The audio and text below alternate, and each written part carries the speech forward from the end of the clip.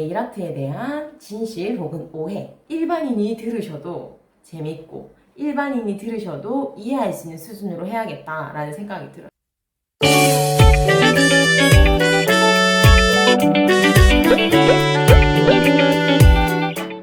안녕하세요. 네일 카운슬러입니다.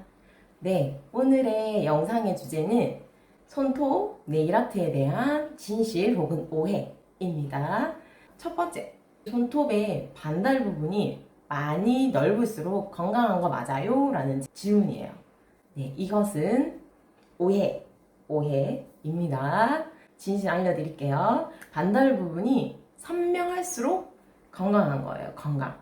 우리가 순환이 잘 안 되잖아요. 그러면 반달이랑 아래쪽의 핑크 부분이 거의 경계가 분명하지 않아요. 결론은 반달 부분이 많이 보이는 게 건강한 것이 아니라 선명한 것이 건강하다. 입니다. 반달에 대한 부분을 한 가지 더 팁을 좀 드리도록 할게요. 내가 알고 있으면 좋은 이 반달 안쪽, 그러니까 손톱 뿌리 쪽, 그 부분이 공장이 있어요. 손톱이 만들어지는 공장을 매트리스라고 하는데 어딘가에 툭 부딪혔어요. 멍도 들고 피도 났어요. 손톱이 또 자랄까요? 안 자라면 어떡하죠? 라고 물어요. 자라봐야 알아요. 우리가 미리 알 수는 없어요. 공장이 손상이 됐냐 아니냐가 뭐 깨끗하게 자라거나 아니 울퉁불퉁 자라거나 아니면 아예 갈라져서 자라거나 이런 결과가 나오는 거거든요. 이 반달 부분이 많이 노출될수록 난 손을 좀 조심히 써야겠다라고 생각하시면 돼요. 근데 이거는 왜 이래요? 라고 또 묻는단 말이에요.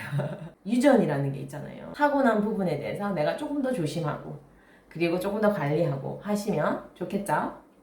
두 번째, 손이 예쁜 사람은 게으르다 라는 썰이죠. 손톱이 예쁘면 또 손이 예뻐 보이는 효과가 있거든요. 그래서 네일하고 나면 너 손 예쁘네 라는 얘기 듣잖아요. 근데 손톱이 예뻐질 수 있는 가능성이 높은 게 첫 번째가 손톱을 자주 자르지 않으시는 분. 그래서 손톱이 길어요. 그러면 점점 손톱과 그 밑에 있는 살이 밀착이 되면서 흔히 말하는 손톱이 갸름하고 길어지는 거예요. 간혹 이렇게 들려서 스키 점프 네일이라고 하는 손톱 끝이 들린 이런 경우는 사실 길러도 잘 붙지 않아요. 이미 떠있기 때문에 그 경우 말고는 대체로 기르시게 되면 베드가 붙습니다. 그 예로 피아노 치시거나 손을 많이 쓰시는 저 같은 경우에도 미술할 때 손톱을 항상 짧게 했었는데 그런 경우에 계속 짧게 자르면 점점 짧아져요. 두 번째는 C커브예요. C커브. 네, C커브. 앞에서 이렇게 딱 봤을 때 손톱이 가지고 있는 커브이죠. 요 커브를 C커브라고 말을 해요. C자처럼 생겨서. 근데 이 C커브가 많이 쓸수록 평평해져요. 그리고 많이 안 쓸수록 커브가 더 생겨요. 그래서 저는 C커브가 많아요 라고 하시면 나는 손을 많이 안 쓰는 편이에요. 100% 그런 건 아니지만 대체로 그래요. 왜? 많이 쓰시면 그 쓰는 면에 계속 어떤 압력이 가해지잖아요. 그죠? 그러면서 애들이 평평해지는 거죠. 그래서 우리가 엄지가 제일 플랫하고 뒤로 갈수록 커브가 많아요.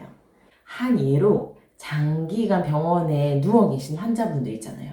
이분들이 거의 대체로 발톱이 파고들어요. 계속 말리니까. 걷지 못하시니까. 그게 가장 좀 와닿는 예가 될 수 있겠죠? 나는 다 평평해요. 그거는 좀 타고나신 거.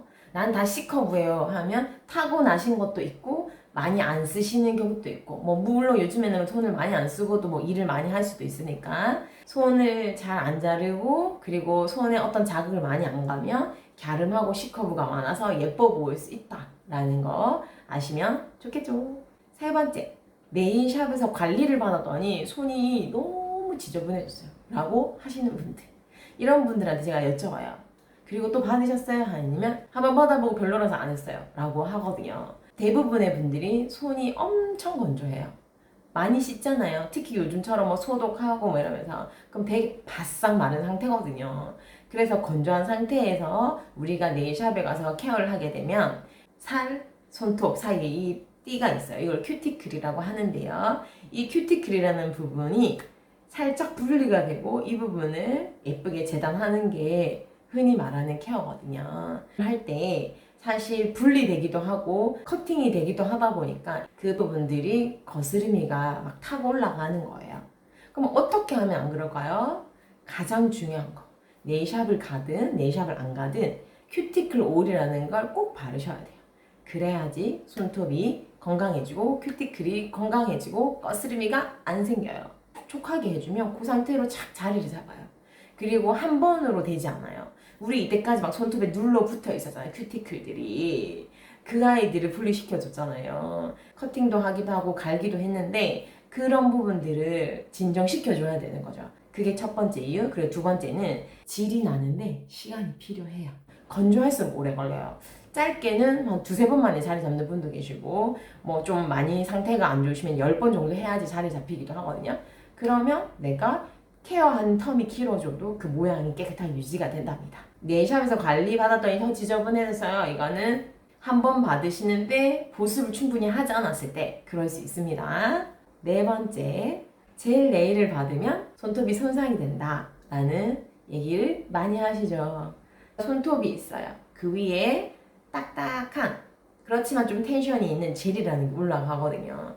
근데 분명히 손톱에 이 젤이라는 건 이물질이거든요. 밀어내겠죠. 그래서 어떤 전처리를 하냐 하면 산성이 들어있는 제품을 도포해서 손톱 표면에 살짝 녹여주거나 스크래치를 내줘서 이 틈 사이에 젤이 끼어 들어가는 거예요. 사실 이 모든 작업을 해야 하거든요. 우리 뭐 이를 뭐 덮어 씌울 때도 어느 정도 이렇게 전처리를 하고 그런 것처럼 만약에 손톱이 많이 얇으세요. 그런 분들은 전처리 때문에 살짝 표면이 손상될 수 있으나 그 위에 젤이 튼튼하게 잡아서 오히려 생활의 질이 높아지는 분이 계시고요. 어떤 분들은 과한 전처리를 해서 손톱이 좀 많이 얇아져서 그거에 대한 불편함을 얘기하기도 하거든요. 그래서 좀 권하기는 젤을 한번 하시게 되면 좀 꾸준히 하시길 권해드려요. 왜냐하면 이미 한번 그런 작업을 했기 때문에 또 그 두께에 익숙해져 손이 좀 터프해지실 거예요, 아마.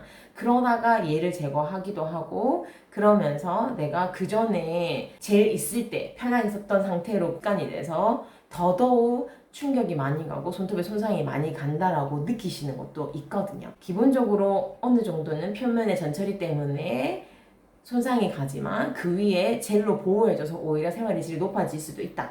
근데 이때 시술자가 초보일 경우 표면을 좀 너무 과하게 이제 작업을 하실 수도 있고 그런 부분에서 데미지가 클 수도 있다. 그거는 개인 차이가 있다는 거 아시면 좋을 것 같습니다.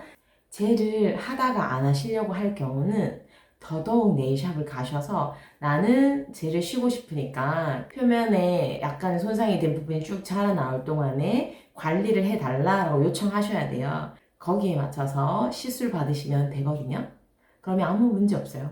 오늘 손톱 네일 아트에 대한 진실 혹은 오해 네일 카운셀러였습니다.